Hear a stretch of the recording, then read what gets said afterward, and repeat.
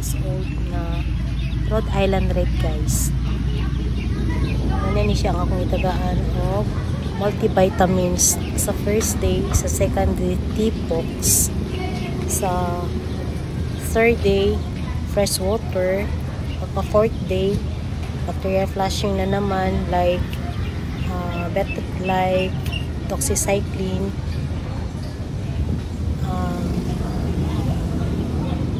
for prevention, guys, para dili sila magkasakit sa ubo at sipon. So naka bacteria flushing na po ako dito in 1 week. So himsog kayo sila, guys, buyag. Look at sa 26 kabuk, guys, wala gyoy na matay sa ilaha, guys. Silang tanan himsog. So bacterial flushing, guys, basta